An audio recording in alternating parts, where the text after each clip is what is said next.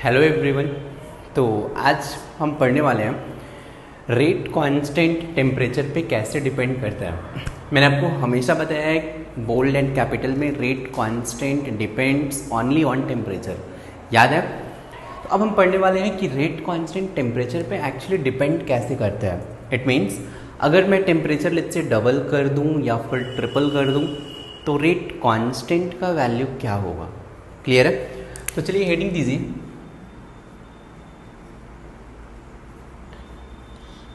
Dependence of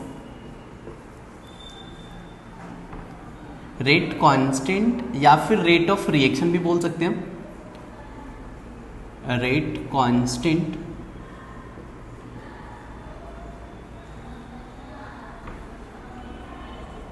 on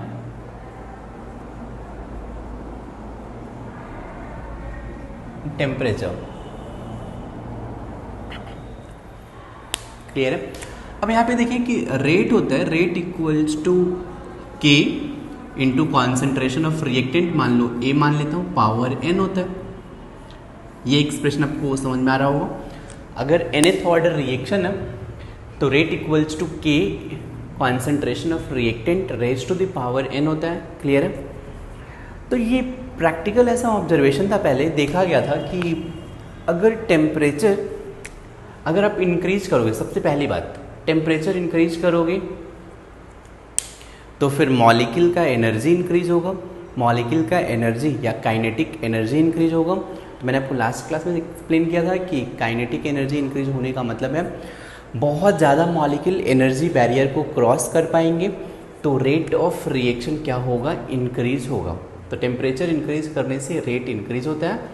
आप इस expression में देखेंगे टेम्परेचर इंक्रीज कर रहे हो और मैं मान रहा हूँ कि लेट्स से गैस नहीं है अभी कंटेनर में, रिएक्टेंट भी लिक्विड या फिर एक्वस फॉर्म में है, तो इसके कॉन्सेंट्रेशन पे बहुत ज़्यादा वेरिएशन नहीं होगा, लेकिन रेट अगर इंक्रीज हो रहा है तो यहाँ से के भी क्या होगा, इंक्रीज होगा। क्लियर है?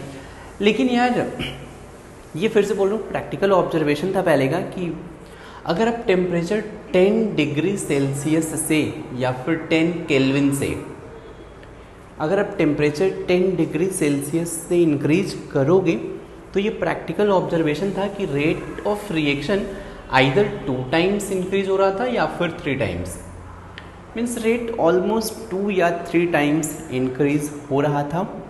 ये फिर से बोलो, ये प्रैक्टिकल ऑब्जर्वेशन था, ये पहले देखा गया था। इतना समझ में आ रहा है? तो चलिए एक लाइन जस्ट लिखिए, इसमें बस एक लाइन लिखो कि earlier it was observed that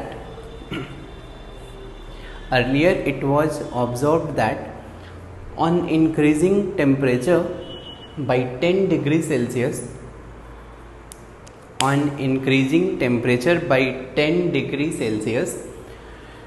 rate of reaction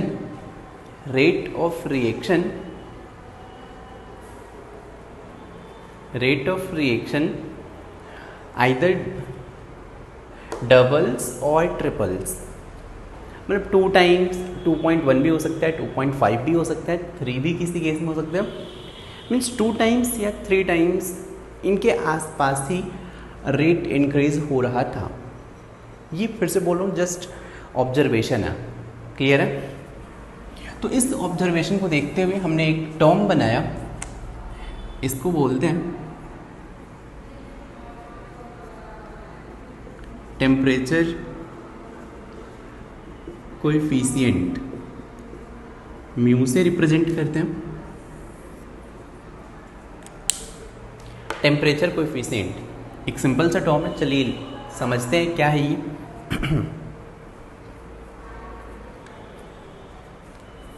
जल्दी हेडिंग है टेम्परेचर कोएफिशिएंट। तो देखो टेम्परेचर कोएफिशिएंट क्या है। टेम्परेचर कोएफिशिएंट बेसिकली रेशियो है किसी भी रिएक्शन का rate at T + 10 degree Celsius divided by rate at T degree Celsius, या फिर ये रेशियो है rate constant at T + 10 degree Celsius divided by rate constant at T degree Celsius. Kelvin में भी हो सकता है, नो प्रॉब्लम। तो टेम्परेचर कोएफिशिएंट क्या है? ये रेशियो है, ratio of rate of reaction है या फिर ratio of rate constant of reaction है। टेम्परेचर के बीच में कितने का डिफरेंस आप को दिख रहा है? T degree Celsius and T + 10 degree Celsius. तो ये रेशियो है रेट ऑफ रिएक्शन का, लेकिन वो दोनों रेट ऑफ रिएक्शन के बीच का टेम्परेचर डिफरेंस कितना होना चाहिए? 10 डिग्री सेल्सियस होना चाहिए। तो इस रेशियो को अपन बोलते हैं टेम्परेचर कोएफिशिएंट। तो आपको एक चीज समझ में आ रहा होगा, म्यू का जनरली वैल्यू कितना होना चाहिए। मतलब अगर प्रैक्टिकल ऑब्जर्वेशन किया जाए तो म्यू का जो जनरल वैल्यू है क्या आना चाहिए? सोचिए, मैंने अभी बताया था कि अगर आप यहाँ से, ये प्रैक्टिकल ऑब्जर्वेशन था कि अगर आप टेम्परेचर 10 डिग्री सेल्सियस से इंक्रीज करोगे तो रेट डबल होता है। यही तो बोल रहा हूँ मैं, 10 डिग्री सेल्सियस पे अगर रेट R था, T + 10 डिग्री सेल्सियस पे RT + 10 हो गया, तो दोनों का रेशियो डबल या ट्रिपल होगा। नहीं समझ में आया? कोई बात नहीं। देखो यार, मान लो अगर T डिग्री सेल्सियस पे अगर रेट R1 है तो T + 10 डिग्री सेल्सियस पे रेट क्या होगा? 2R1 या फिर ट्रिपल होगा। 2R1 से लेके 3R1 के बीच में ही होगा आसपास। तो इनका रेशियो कितना आ रहा है? 2 से लेके 3 के बीच में आएगा। बात समझ में आ रहा है क्या? तो बहुत ही सिंपल सा है। टेम्परेचर कोएफिशिएंट क्या है? तो 10 डिग्री सेल्सियस से टेम्परेचर इंक्रीज करने से रेट ऑफ रिएक्शन या रेट कांस्टेंट ऑफ रिएक्शन किस फैक्टर से इंक्रीज हो रहा है, उस फैक्टर को अपन बोलते हैं टेम्परेचर कोएफिशिएंट। क्लियर है? बाय डिफॉल्ट अगर आपको एग्जाम में कुछ नहीं दिया है तो टेम्परेचर बाय डिफॉल्ट बोल रहा हूँ, अभी अपन सब लिखेंगे। बाय डिफॉल्ट ये जो टेम्परेचर है, एक टेम्परेचर अपन 25 डिग्री सेल्सियस लेते हैं एंड दूसरा टेम्परेचर 35 डिग्री सेल्सियस लेते हैं। क्लियर है? और ये जो म्यू का वैल्यू है ये कहाँ से कहाँ के बीच में होगा? 2 से लेके 3 के बीच में होगा। बाय डिफ़ॉल्ट कुछ नहीं दिया है तो अपन 2 प्रीफर करते हैं। वैसे ऑलवेज म्यू दिया होता है, लेकिन इन केस नहीं दिया है तो म्यू का एग्जैक्ट वैल्यू अगर आपको कभी यूज़ करना है तो क्या मानेंगे अपन? 2 मानेंगे। समझ में आ रहा है? तो चलिए इसका डेफिनेशन लिखिए। टेम्परेचर कोएफिशिएंट लिखिए कि it is a factor by which rate of reaction or it is a factor by which rate of reaction or rate constant of reaction, it is a factor by which rate of reaction or rate constant of reaction increases. It is a factor by which rate of reaction or rate constant of reaction increases by increasing temperature 10 degree Celsius. By increasing temperature 10 degree Celsius. हो गया। By increasing temperature 10 degree Celsius. इसी में लिख लें कि usually we take temperature 25 degree Celsius and 35 degree Celsius. तो usually we take temperature 25 degree Celsius and 35 degree Celsius. मतलब आप एक बार 35 डिग्री सेल्सियस पे रेट फाइंड करें, एक बार 25 डिग्री सेल्सियस पे रेट फाइंड करें, इन दोनों के रेट का रेशियो लें बाय डिफ़ॉल्ट अगर टेम्परेचर नहीं दिया है तो इस रेशियो को बोलेंगे mu. Usually we take temperature 25 degree Celsius and 35 degree Celsius. एक और लाइन लिख लें कि generally mu is in between 2 and 3। Generally mu is in between 2 and 3। अब 2 को सर्कल कर सकते हैं, मतलब बाय डिफ़ॉल्ट आपको 2 लेना है अगर कुछ नहीं दिया है तो। समझ में आ गया?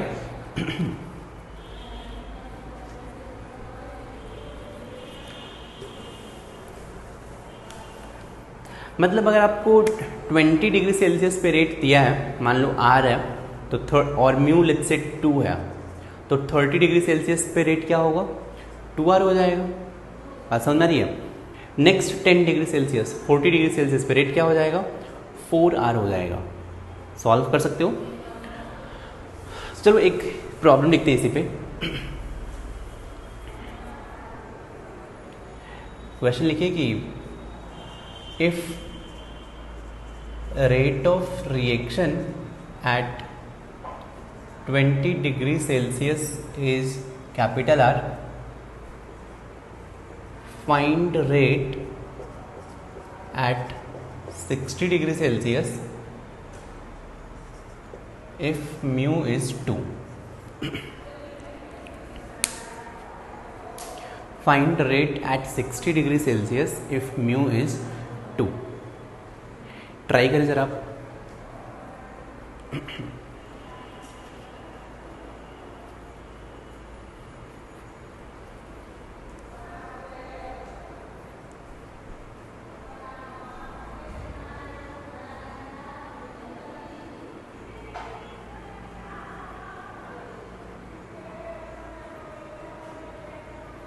आई होप बहुत ही सिंपल सा होगा। आप चाहो तो ऐसे लिख सकते हो यार कि देखो, एक तो मेथड ये है कि rate at 60 degree Celsius upon rate at 20 degree Celsius. आपका बहुत सारे मेथड हो सकते हैं सॉल्व करने का। एक मेथड ये भी हो सकता है कि rate at 60 degree Celsius divided by rate at 50 degree Celsius into rate at 50 degree Celsius upon rate at 40 degree Celsius into rate at 40 degree Celsius upon rate at 30 degree Celsius, फिर rate at 30 degree Celsius upon rate at 20 degree Celsius. मतलब मैंने किया क्या, अब देखेंगे ये term cancel हो गया, 40 कैंसिल हो गया, 30 कैंसिल हो गया, मतलब ये भी R60 अपॉन R20 है। लेकिन ये टर्म क्या रिप्रेजेंट कर रहा है? दो टेम्परेचर पे रेट ऑफ रिएक्शन है और इनके बीच का डिफरेंस 10 डिग्री सेल्सियस है, तो ये बेसिकली म्यू हो गया। ये भी दो टेम्परेचर पे रेट ऑफ रिएक्शन है और इनके बीच में डिफरेंस 10 डिग्री सेल्सियस है, ये भी म्यू हो गया, ये भी म्यू और ये भी mu. It means this is mu raise to the power 4 means 2 raise to the power 4। Clear है? तो यहाँ से मैं बोल सकता हूँ कि rate at 60 degree Celsius upon rate at 20 degree Celsius capital R था equals to 2 raise to the power 4। तो rate at 60 degree Celsius equal to 2 raise power 4 है 16R। ये आंसर हो गया।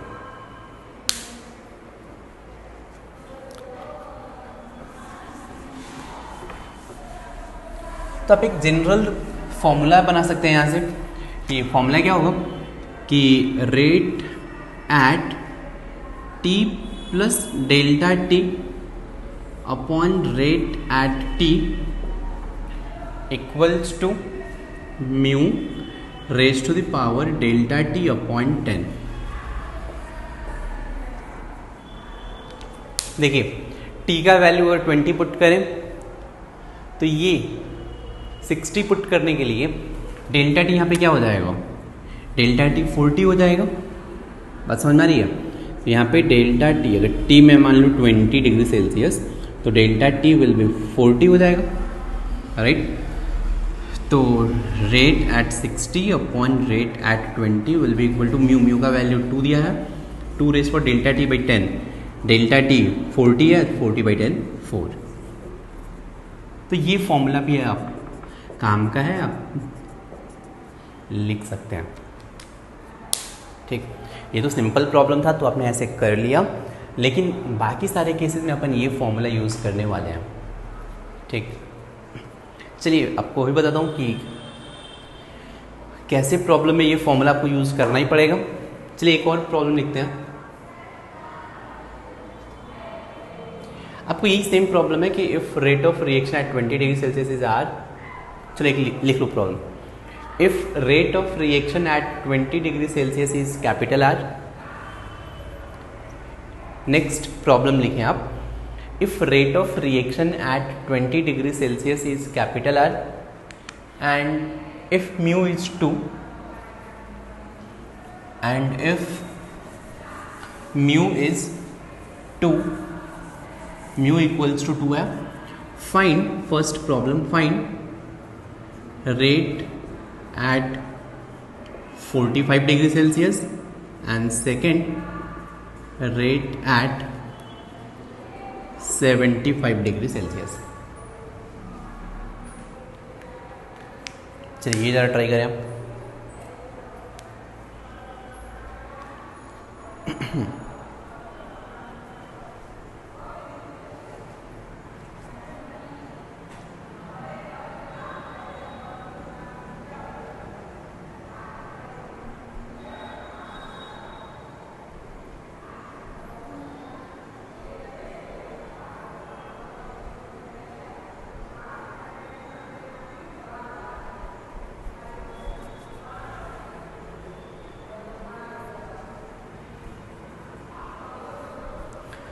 चलिए मैं फर्स्ट पार्ट सॉल्व कर रहा हूँ। तो first part, rate at 45 degree Celsius divided by rate at 20 degree Celsius will be equal to mu 2 है raise to the power delta T कितना आ रहा है 25 बाई 10 2.5। क्लियर है। तो rate at 45 degree Celsius is rate at 20 degree Celsius R है, R into 2 raise to the power 2.5 छोड़ सकते हैं आप ऐसे, या फिर अगर आप सॉल्व करना चाहते हैं तो 2 रेज टू द पावर 5/2 लिख लें, 2 raise to the power 5 find करें, उसका स्क्वायर रूट ले लें। Second part, rate at 75 degree Celsius upon rate at 20 degree Celsius will be equal to क्या होगा, फिर से सेम फॉर्मूला, म्यू का वैल्यू 2 है, raise to the power delta T is change in temperature कितना है 55/10, तो ये होगा 2 रेज टू द पावर 5.5। तो rate at 75 degree Celsius is capital R into 2 raise to the power 11/2 means capital R into square root of 2 raise to the power 11, 2 raise to the power है वो। Clear है। मतलब ऐसे problem में अब आपका ये जो की पॉइंट था कि अब 20 से 30, 30 से 40, वहाँ पे ये यूज़ नहीं कर सकते हो, आपको ये फॉर्मूला यूज़ करना ही पड़ेगा।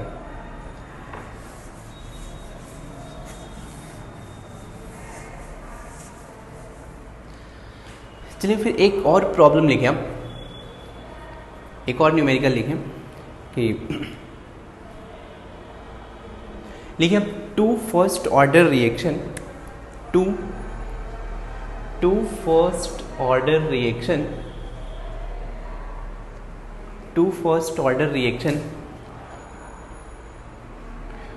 proceed at same rate,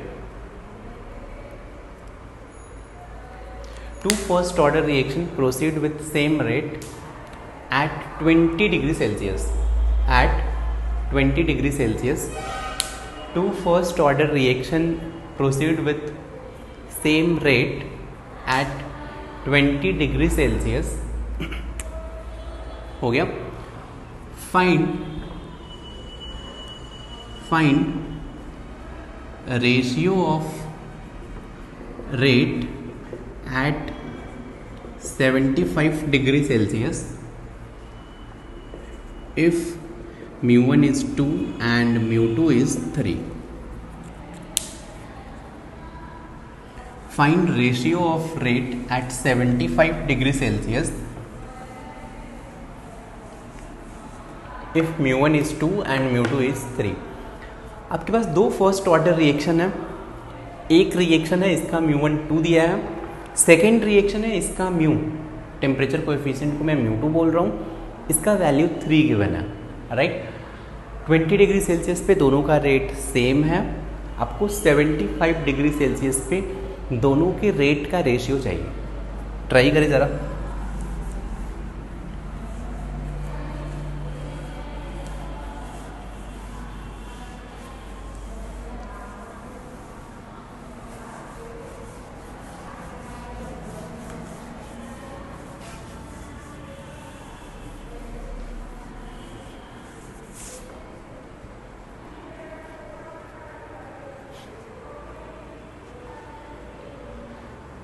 चलिए, आई होप आपका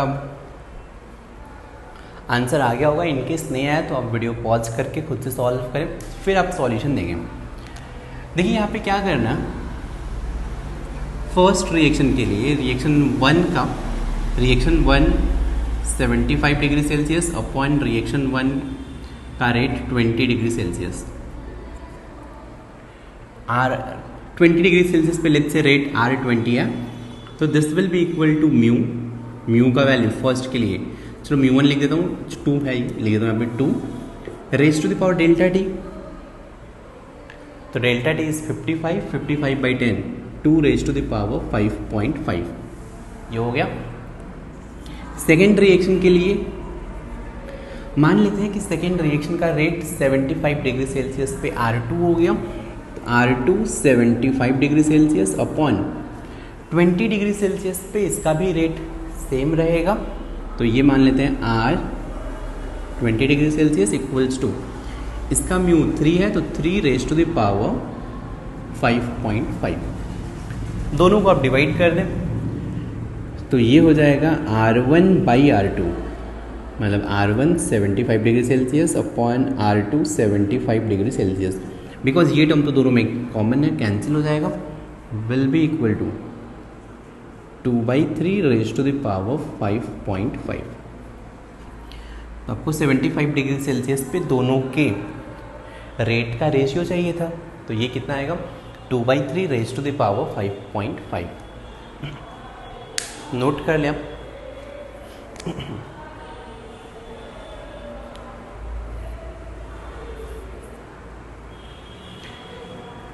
चलिए, हो गया। अब अपन आगे की बात कर लेते हैं। ये तो मैंने आपको बहुत ही बेसिक सा बताया कि टेम्परेचर चेंज करने से रेट कैसे चेंज होता है या रेट कांस्टेंट कितना टाइम से इंक्रीज होता है, तो ये तो सिर्फ ऑब्जर्वेशन था, क्लियर है। लेकिन एक्चुअली टेम्परेचर आप इंक्रीज करोगे तो रेट एक्चुअल में कितना टाइम से इंक्रीज होगा, इसके लिए आपको अब मॉडर्न थियरी है अर्हेनियस इक्वेशन, ये पढ़ना पड़ेगा।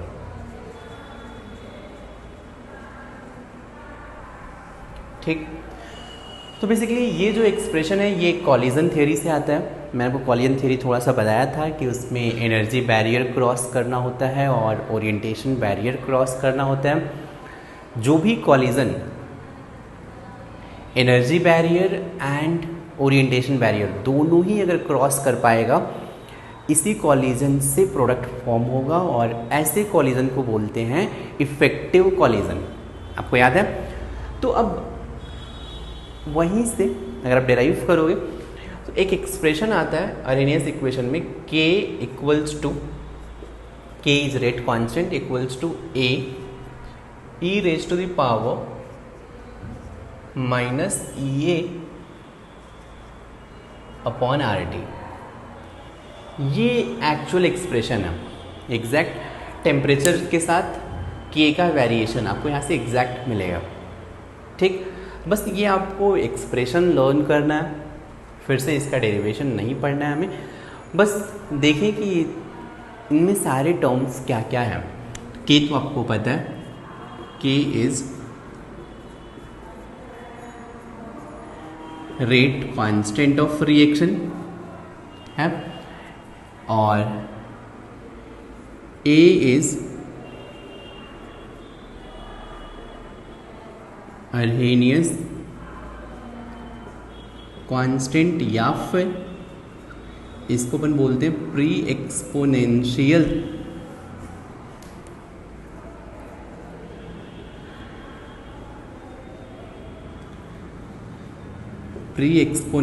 फैक्टर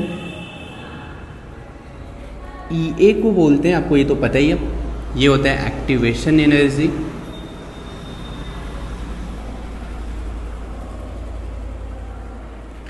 T इज टेम्परेचर, यहाँ पे आपको केल्विन में पुट करना है।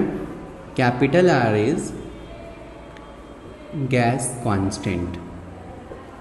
गैस कांस्टेंट का वैल्यू होता है 8.314 जूल में या फिर 2 कैलोरी होता है कैलोरी में, ठीक। चलिए अब जल्दी से एक्सप्रेशन लिखें। बस मैं आपको इसमें कुछ पॉइंट्स बता रहा हूँ, वो आपको ध्यान में रखना है।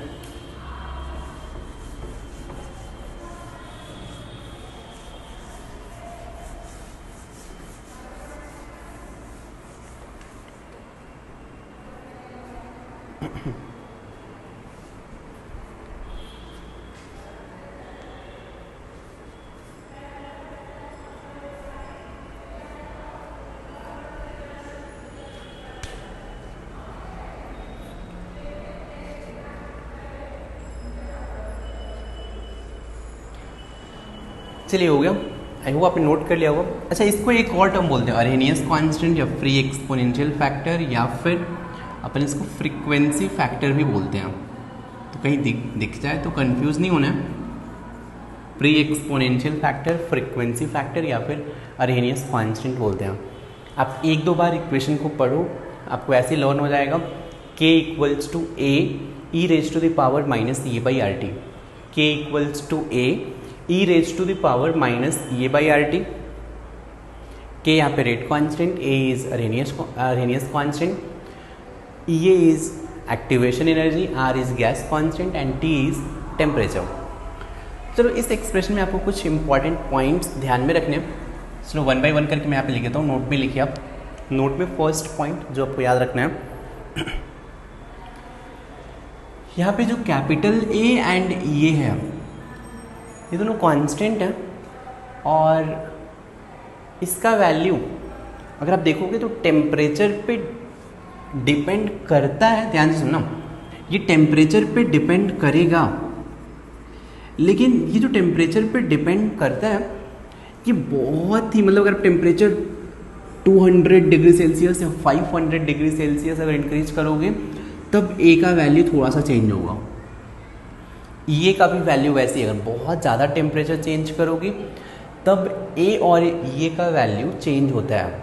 लेकिन अपन प्रैक्टिकल जो भी करते हैं, small temperature change 10 degree Celsius, 20 degree Celsius, 50 degree Celsius में प्रैक्टिकली ए एंड ये टेम्परेचर इंडिपेंडेंट होते हैं। तो स्मॉल चेंज ऑफ टेम्परेचर के लिए ये दोनों टेम्परेचर इंडिपेंडेंट हैं, लेकिन एक्चुअली ये टेम्परेचर पे डिपेंड करेंगे। लेकिन कब डिपेंड करेंगे? जब आप टेम्परेचर बहुत ज़्यादा इंक्रीज करोगे तब। बात समझ में आ रही है? तो चलिए ये पॉइंट लिखिए। First point A, the value of capital A and E A, the value of capital A and E A actually depends on temperature,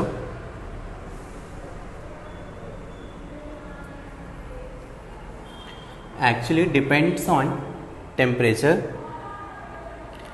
but इसमें आगे कंटिन्यू करो, but for small temperature change, but for small temperature change it may be assumed to be constant, it may be assumed to be constant। Clear है? तो first point ये था। Second point, अगर आप temperature increase करोगे तो as temperature increases, यहीं से देख लो आप, ये एक्सप्रेशन है, अगर टेम्परेचर इंक्रीज करोगे तो ई बाई आर टी डिक्रीज होगा। ध्यान से सुनना, एक बार में समझ में आना चाहिए। टेम्परेचर इंक्रीज करोगे, ये सिंस डिनोमिनेटर में है, तो ई A by R T decrease होगा। क्लियर है? लेकिन ये minus E A by R T क्या होगा? ये टर्म तो इंक्रीज होगा, राइट?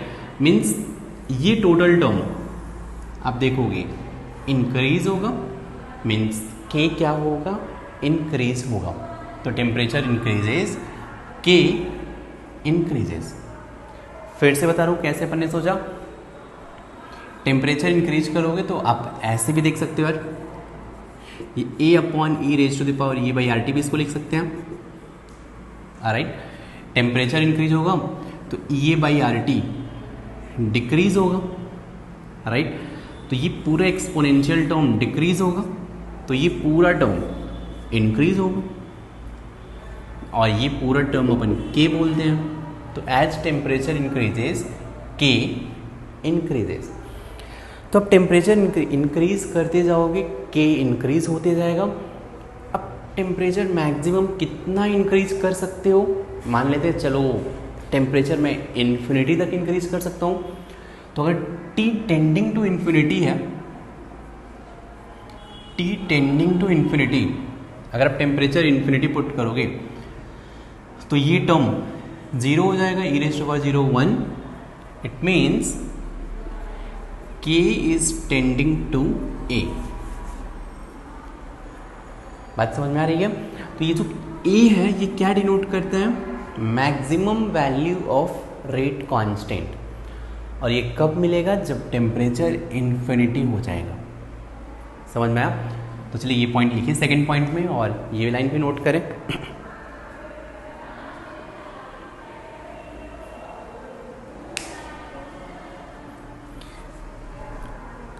लिखिए कि A इज, अगर आपने नोट कर लिया, लिखिए capital A is maximum rate constant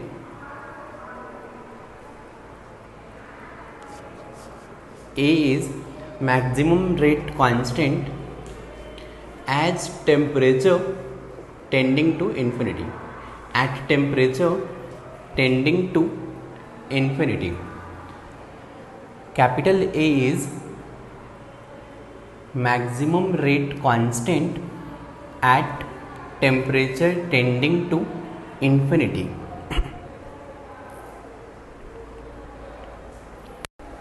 हो गया। थर्ड पॉइंट, ये जो टर्म है E raise to the power minus E by R T, आपको दिख रहा है? तो लिखिए कि E raise to the power minus E by R T जो टर्म है, लिखिए कि denotes E raise to the power minus E by R T denotes fraction of molecule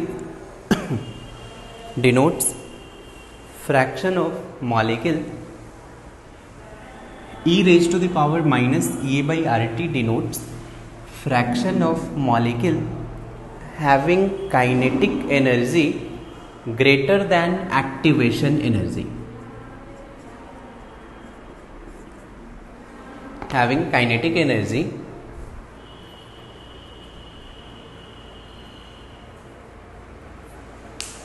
e raised to the power minus e by rt denotes fraction of molecule having kinetic energy greater than activation energy। आपको याद आ रहा है, मैंने ये बताया था कि अगर आप फ्रैक्शन ऑफ मॉलिक्यूल और काइनेटिक एनर्जी में ग्राफ प्लॉट करोगे तो ये कुछ ऐसे आता है ग्राफ, वेलोसिटी टाइप ही है, मैक्सवेल डिस्ट्रीब्यूशन। और अगर ये एक्टिवेशन एनर्जी है, ये काइनेटिक एनर्जी है, तो यहाँ पे अगर एक्टिवेशन एनर्जी है तो ये जो फ्रैक्शन है ये एरिया अंडर कर्व रिप्रेजेंट करता है fraction of molecule having kinetic energy greater than activation energy.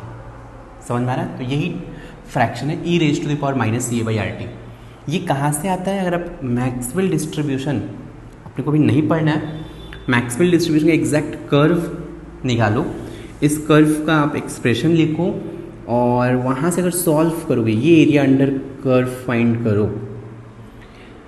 Area under curve कैसे फाइंड करते हैं? तो integral of Y D X से, याद है? तो ये डेरिवेशन वहीं से आता है कि अगर आप मैक्सवेल डिस्ट्रीब्यूशन को इंटीग्रेट करो और लिमिट पुट कर दो ई ए, एक काइनेटिक एनर्जी ई ए और दूसरा काइनेटिक एनर्जी इन्फिनिटी, तो आपको ये जो एरिया अंडर कर्व मिलता है ये E raise to the power minus A by R T मिलता है, राइट। तो फिर से बहुत सारे लोगों के ऊपर से जा रहा होगा, कोई बात नहीं, बस एक लाइन आपको याद रखना है काम की बात कि E raise to the power minus A by R T क्या रिप्रेजेंट करता है, तो fraction of molecule having kinetic energy greater than activation energy. जिनके पास एक्टिवेशन एनर्जी से ज़्यादा काइनेटिक एनर्जी होगा वही प्रोडक्ट में कन्वर्ट हो सकते हैं, वही एनर्जी बैरियर क्रॉस करते हैं, तो ये फ्रैक्शन है वो। क्लियर है। आप देख सकते हैं यहाँ भी कि टेम्परेचर अगर इंक्रीज होगा, टेम्परेचर इंक्रीज होगा तो ये फैक्टर क्या होगा, टेम्परेचर इंक्रीजेज, ये factor decreases, total factor increases. तो टेम्परेचर इंक्रीजेज तो फ्रैक्शन ऑफ मॉलिक्यूल क्या होंगे, इंक्रीज होंगे। यहाँ से भी आपको समझ में आ रहा है क्या। आप चाहो तो लिख सकते हो कि as temperature increases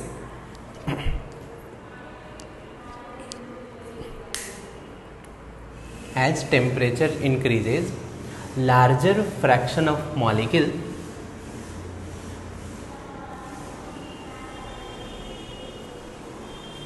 as temperature increases larger fraction of molecule collide, larger fraction of molecule collide having kinetic energy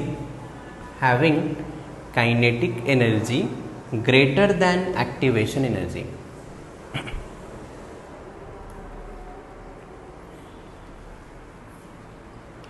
हो गया। चलिए तो एक चीज़ और यहाँ से, के और ए का डायमेंशन, आप यूनिट एंड डायमेंशन पढ़ा हुआ, के एंड ए का डायमेंशन सेम रहेगा, तो ये भी लिख सकते हो कि डायमेंशन ऑफ के एंड ए, डायमेंशन ऑफ के and A will be same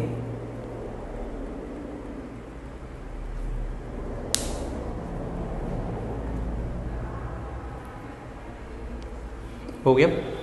चलिए आगे की बात कर लेते हैं अपन एक जब और next point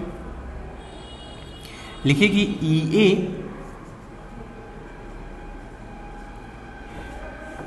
can not be negative और zero, E A can not be negative और जीरो। क्योंकि देखो ऐसा क्यों, क्योंकि if E A is tending to zero, अगर ये जीरो हो गया तो फिर ये टर्म क्या हो जाएगा, 1 हो जाएगा। तो फ्रैक्शन ऑफ इफेक्टिव कॉलिजन 1 होगा, इट मीन्स सारे कॉलिजन से प्रोडक्ट फॉर्म होगा, जो कि ऐसा होता नहीं है। तो आप लिख सकते हैं कि ये कैन नॉट बी नेगेटिव और जीरो, ब्रैकेट में इफ ये is tending to zero, if EA is tending to zero, fraction of effective collision becomes 1,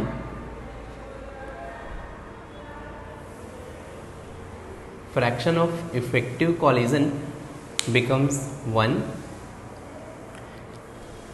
that is all collision will lead to, that is all collision will lead to product formation which is not possible, that is all collision will lead to product formation which is not possible। Clear है। एक line आप और लिख सकते हैं कि ये जो अर्हेनियस इक्वेशन है ये सारे ऑर्डर ऑफ रिएक्शन के लिए वैलिड है, मतलब ये नहीं कि अब आइदर जीरो ऑर्डर हो, फर्स्ट ऑर्डर हो, सेकेंड ऑर्डर रिएक्शन हो, सबके लिए वैलिड है। तो लिख सकते हैं कि Arrhenius equation is valid for, Arrhenius equation is valid for all order of reaction.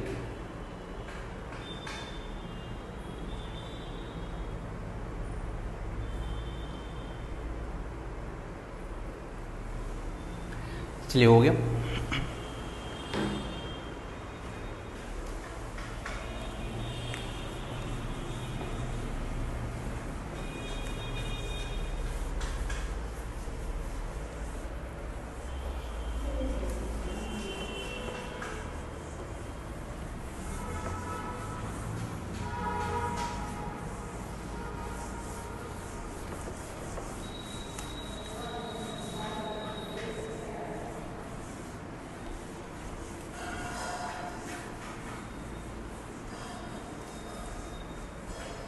अब चलिए आगे की बात कर लेते हैं। यहाँ से अगर मैं बोलूँ कि अरेंज इक्वेशन के equals to A E raise to the power minus A by R T, clear है। तो यहाँ से अगर मैं एल एन ले लूँ तो L N K will be equal to L N A minus E A by R T, clear है। तो यार आपको पता है मैंने बोला कि ए और ई टेम्परेचर इंडिपेंडेंट होते हैं। स्मॉल चेंज के लिए ए एंड ई को अपन टेम्परेचर इंडिपेंडेंट मानते हैं। मैं पहले कहता हूँ कि ए एंड ई आर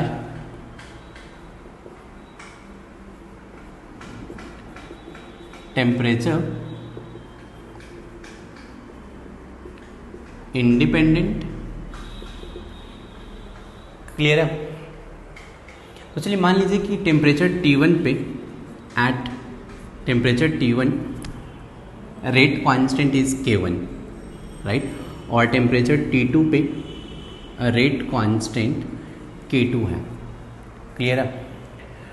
तो आप बोल सकते हैं इस एक्सप्रेशन से कि ln K1 will be equal to ln A minus E A upon R T1।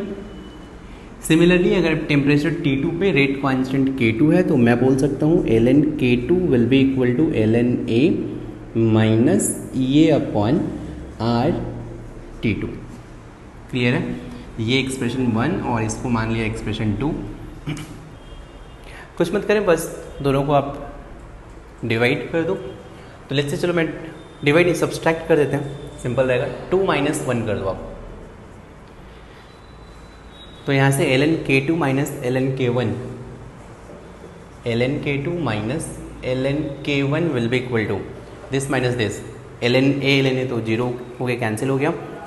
तो ये बन जाएगा E A upon R 1 upon T1 minus 1 upon T2 means ln K2 by K1 is E A by R 1 upon T1 minus 1 upon T2। ये expression हो गया। एक चीज़ हमेशा ध्यान रखना, ये एक्टिवेशन एनर्जी है। के क्या है, रेट कांस्टेंट है eight temperature T2, K1 is rate constant at temperature T1 है, ठीक। तो ये हो गया variation of rate constant with temperature.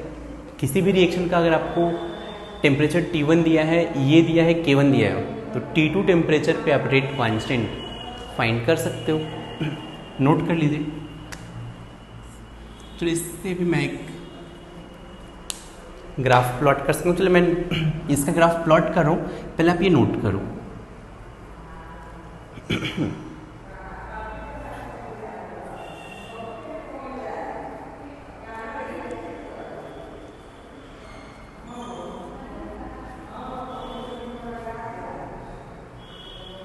I hope आपने नोट कर लिया होगा। अगर आपने नहीं नोट किया है तो आप वीडियो पॉज करके नोट कर लें। अब यहाँ से देखें कि एक चीज़ और, अगर मैं ln के एंड 1/t में ग्राफ प्लॉट करूँ तो यहाँ से अगर मैं y एक्सिस पे ln के पुट कर रहा हूँ, x एक्सिस पे 1/t पुट कर रहा हूँ, y एक्सिस पे लेट्स से ln k है, तो ln k एंड 1/t में ग्राफ स्ट्रेट लाइन होगा, right. y intercept ln a है और slope minus E A by R होगा, मीन्स ये ग्राफ कुछ ऐसा आएगा, क्लियर है क्या। तो यहाँ से थीटा है, तो tan theta equals to slope equals to minus E A by R, clear है। लेकिन आप लॉग में अगर ग्राफ प्लॉट करेंगे तो लॉग के इक्वल्स टू लॉग ए, पहले चलो ये लिख लो, अब फिर मैं लॉग वाला भी प्लॉट कर देता हूँ। मैंने ln के लिखा है, अगर लॉग के हुआ तो भी आप प्लॉट कर सकते हैं, राइट। आप चाहे तो खुद से लॉग के वाला प्लॉट करें। लॉग के एंड 1/t में ग्राफ कैसा होगा, स्लोप का वैल्यू क्या होगा, ये आपको फाइंड करना है।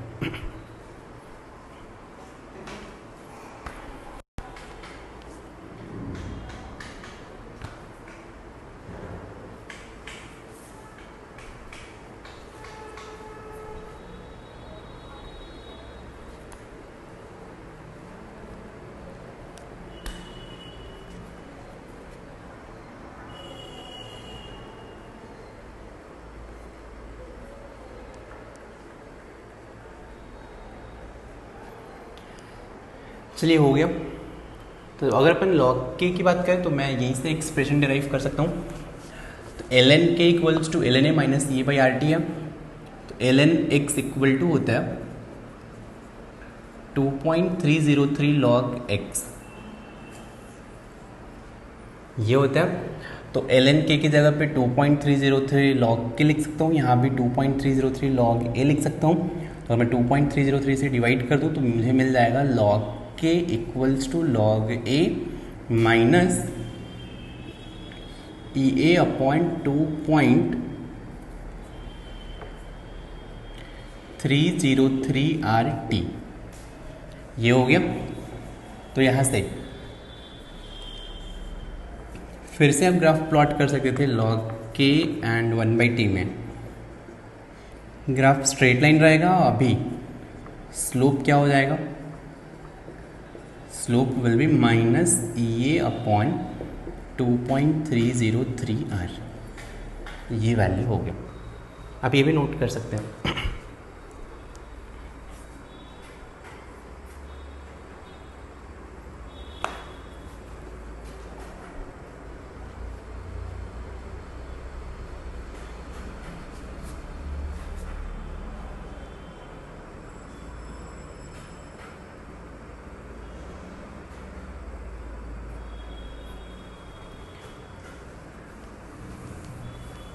चलिए इस पे एक दो प्रॉब्लम करते हैं।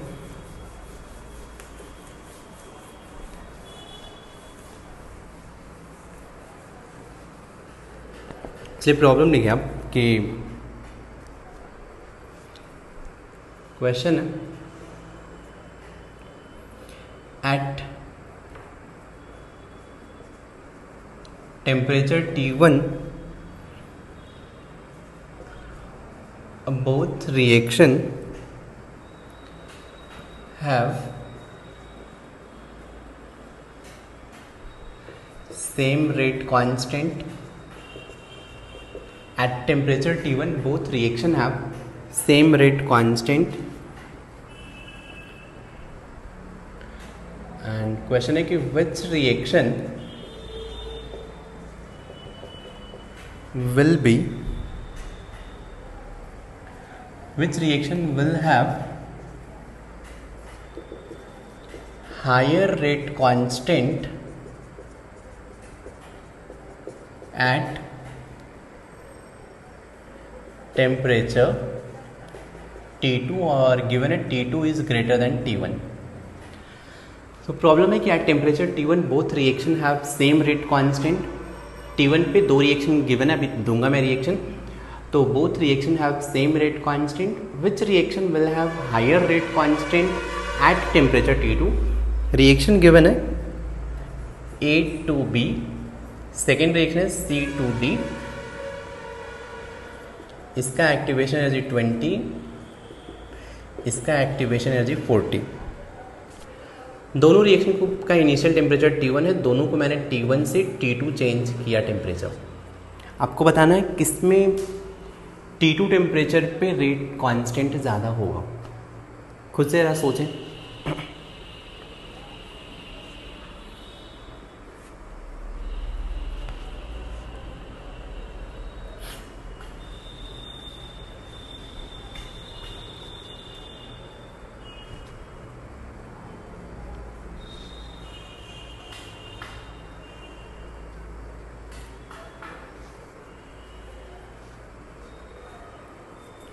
चलिए आपका आंसर शायद आ भी गया होगा।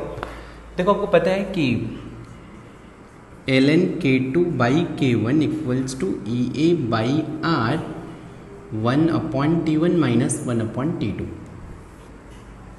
क्लियर है? तो if T2 is greater than T1, अगर आप टेम्परेचर इंक्रीज करोगे तो ये टर्म तो पॉजिटिव रहेगा। ये पॉइंट नहीं समझ में आप? T2 is greater than T1, तो अगर T2 ज़्यादा है तो 1/T2 कम होगा और 1/T1 ज़्यादा होगा, तो ये टर्म ज़्यादा है और आप सब्सट्रैक्ट कर रहे हो कम, मतलब ये ओवरऑल टर्म पॉजिटिव रहेगा। अब देखो यार, और ये टर्म तो मैं दोनों रिएक्शन के लिए सेम ही ले रहा हूँ, T1 से T2, T1 से T2, तो दोनों रिएक्शन में ये फैक्टर सेम हो गया। अब T1 टेम्परेचर पे दोनों में रेट कांस्टेंट K1 था, तो आप देख रहे हो आर भी दोनों रिएक्शन के लिए सेम होगा। तो जिस रिएक्शन का ई ए ज़्यादा होगा, जिस रिएक्शन का ई ए ज़्यादा होगा, एक्टिवेशन एनर्जी ज़्यादा होगा, उसके लिए K2/K1 का टर्म ज़्यादा होगा। मीन्स उसमें जिस रिएक्शन में ई ए ज़्यादा होगा उस रिएक्शन में रेट कांस्टेंट में चेंज ज़्यादा होगा। बात समझ में आ रही है क्या? तो किस में रेट कांस्टेंट में चेंज ज़्यादा होगा? तो सेकेंड रिएक्शन में, क्योंकि इसका ई ए ज़्यादा है। मतलब बहुत ही सिंपल सा क्वेश्चन था, थियोरेटिकल टाइप ही था। समझ में आया क्या? फिर से बता रहा हूँ, अगर मैं सेम टेम्परेचर इंक्रीज करूँगा तो ये जो चेंज इन रेट कांस्टेंट है किस फैक्टर से चेंज होगा? डिपेंड करेगा एक्टिवेशन एनर्जी पे। जिसका एक्टिवेशन एनर्जी ज़्यादा है उसमें रेट कांस्टेंट में चेंज क्या होगा? ज़्यादा होगा। तो आप चाहें तो लिख लें एक लाइन नोट में कि परसेंटेज चेंज, आप ये लाइन लिख सकते हो एक लाइन, परसेंटेज चेंज। अब बस ये इक्वेशन लिख के और ये लाइन लिखो, percentage change in rate constant, percentage change in rate constant will be, percentage change in rate constant will be more for reaction having higher activation energy with change in temperature. Percentage change in rate constant will be higher for reaction having, percentage change in rate constant will be more for reaction having higher activation energy with change in temperature.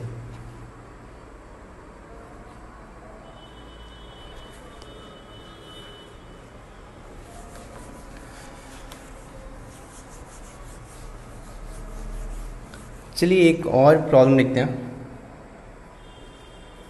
Next question, question है ए से लेके B तक, ए to be कोई reaction है और first part है इसमें कि आपने टेम्परेचर चेंज किया, लेट्स से 200 केल्विन से 210 केल्विन, 10 केल्विन से टेम्परेचर इंक्रीज किया।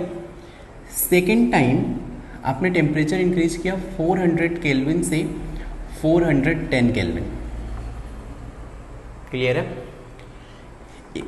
एक रिएक्शन है ए टू बी, आपने एक बार इनिशियल टेम्परेचर 200 था जो 200 से 10 केल्विन टेम्परेचर चेंज कर दिया।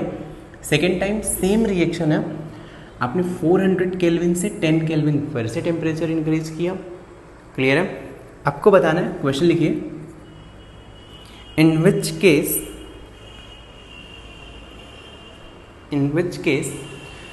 percentage change in rate constant, in which case percentage change in rate constant will be higher, in which case percentage change in rate constant will be higher.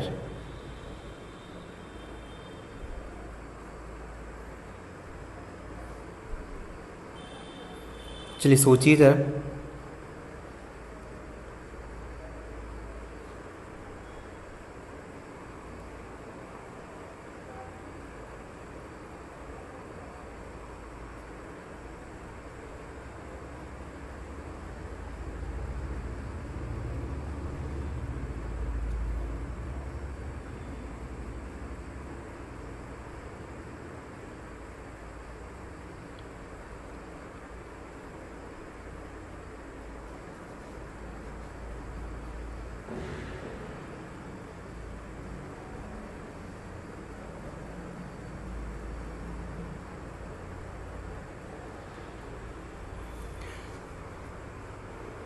I hope आपका answer आया होगा। देखो क्या करना था, ln K2/K1 ये by R 1/T1 minus 1/T2 होता है। क्लियर है?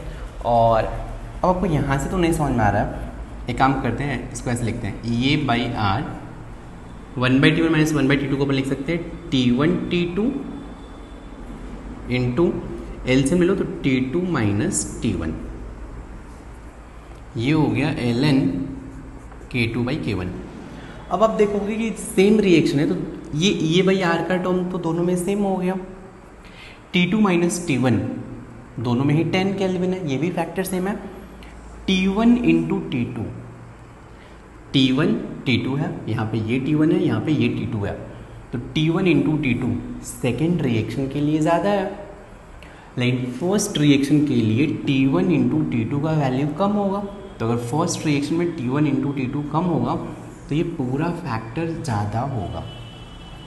तो फर्स्ट रिएक्शन में सिंस T1 इंटू T2 कम था तो ln K2/K1 ये टर्म ज़्यादा होगा, राइट। तो चेंज किस में ज़्यादा होगा, फर्स्ट रिएक्शन में या सेकेंड रिएक्शन में, तो फर्स्ट रिएक्शन में। इसका मतलब ये हुआ कि percentage change in rate constant will be higher for same temperature at lower temperature range. मतलब कि अगर आप 200 से 10 डिग्री सेल्सियस चेंज कर रहे हो या अगर 500 से 10 डिग्री सेल्सियस चेंज कर रहे हो, दोनों में आप सेम टेम्परेचर चेंज कर रहे हो 10 डिग्री सेल्सियस का, लेकिन इफेक्टिव चेंज मीन्स बहुत ज़्यादा रेट कांस्टेंट में चेंज कहाँ पे आएगा, इस केस में आएगा, लोअर टेम्परेचर जोन में ज़्यादा चेंज होता है। क्लियर है, तो इसका ऑप्शन 1 हो जाएगा। आप यहाँ से आपको समझ में आएगा, तो आप चाहे तो ये लिख लें और एक लाइन लिखें,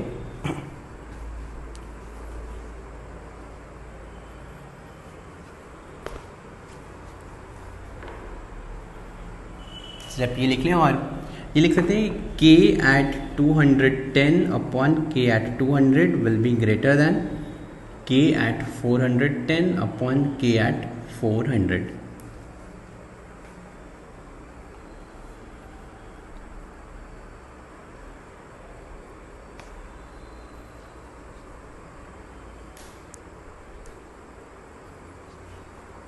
हो गया, तो आप ये लिखिए कि percentage change in rate constant, percentage change in rate constant will be higher, percentage change in rate constant will be higher in lower temperature range, in lower temperature zone, percentage change in rate constant will be higher in lower temperature zone।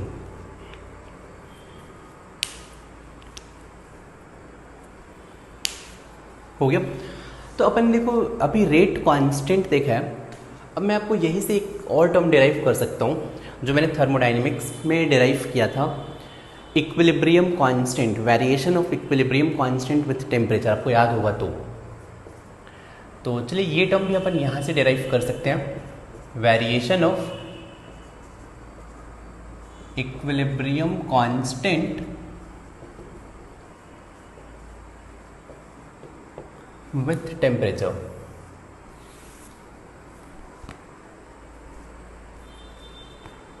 Heading दीजिए variation of equilibrium constant with temperature. देखो यार, अगर अपन equilibrium constant की बात कर रहे हैं तो कोई रिवर्सिबल रिएक्शन होना चाहिए। मान लेते हैं कोई रिवर्सिबल रिएक्शन है A2B, राइट। फॉरवर्ड रिएक्शन का rate constant let's say K forward है, बैकवर्ड रिएक्शन का रेट कांस्टेंट K बैकवर्ड है। क्लियर है, और अरहेनियस कांस्टेंट फॉरवर्ड रिएक्शन में चलो मैं A फॉरवर्ड बोल देता हूँ,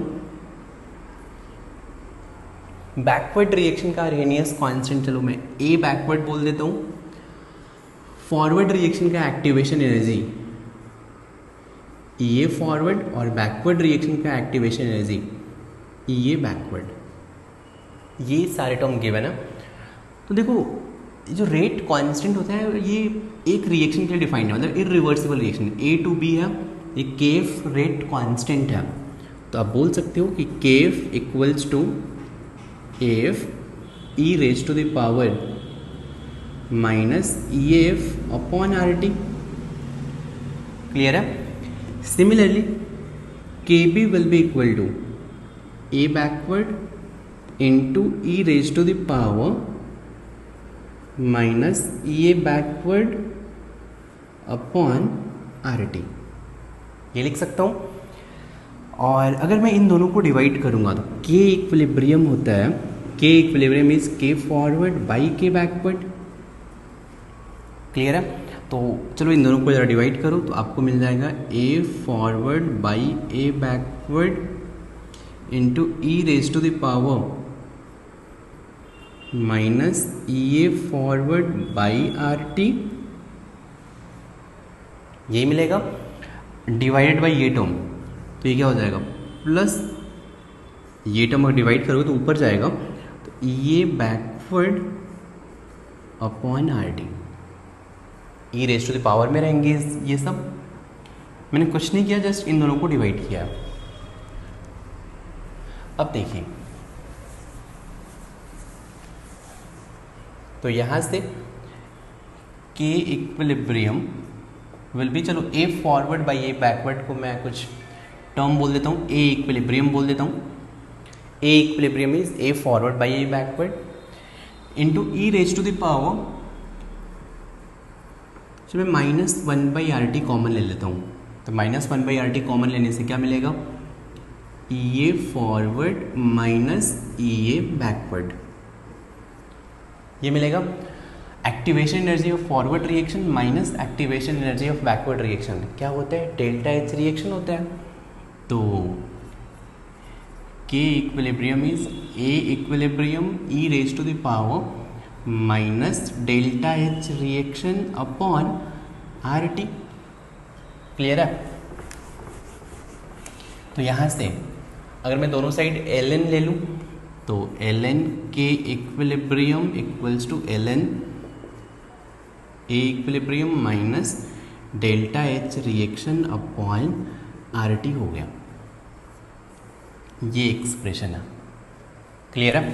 अब मान लेते हैं चलो कि टेम्परेचर T1 पे रेट इक्विलिब्रियम कांस्टेंट के इक्विलिब्रियम 1 है, टेम्परेचर T2 पे के इक्विलिब्रियम 2 है। तो मैं लिख सकता हूँ L N K equilibrium 1, A equilibrium और डेल्टा एच टेम्परेचर इंडिपेंडेंट मानते हैं, तो L N A equilibrium minus delta H reaction upon R T one. Similarly temperature T2 पे L N equilibrium 2 equals to L N A equilibrium minus delta H reaction upon R T two. इसको expression 1, इसको expression 2 मान लें। बस दोनों को divide कर subtract कर दो, 2 माइनस 1। चलो यहाँ से 2 माइनस 1 करो, क्या बनेगा, L N K equilibrium 2 minus L N K equilibrium 1, तो ये हो जाएगा L N K equilibrium 2 upon K equilibrium 1 equals to, ये तो कैंसिल हो गया, तो ये हो जाएगा delta H reaction upon R 1 upon T1 minus 1 upon T2, ये मिल गया expression. L N K two by K one equal to delta H upon R 1 upon T1 minus 1 upon T2, यही पढ़ा था अपन ने। क्लियर है? तो ये भी आप यहाँ से डिराइव कर सकते हो। क्लियर है क्या? तो चलिए आज के लिए इतना ही, बस कल के लेक्चर में अपन बस इसमें थोड़ा सा पार्ट बचा, कैटलिस्ट का इफेक्ट, मतलब रेट कांस्टेंट कैटलिस्ट से भी चेंज होता है, वो कैसे चेंज होता है वो नेक्स्ट क्लास में देखेंगे। Thank you.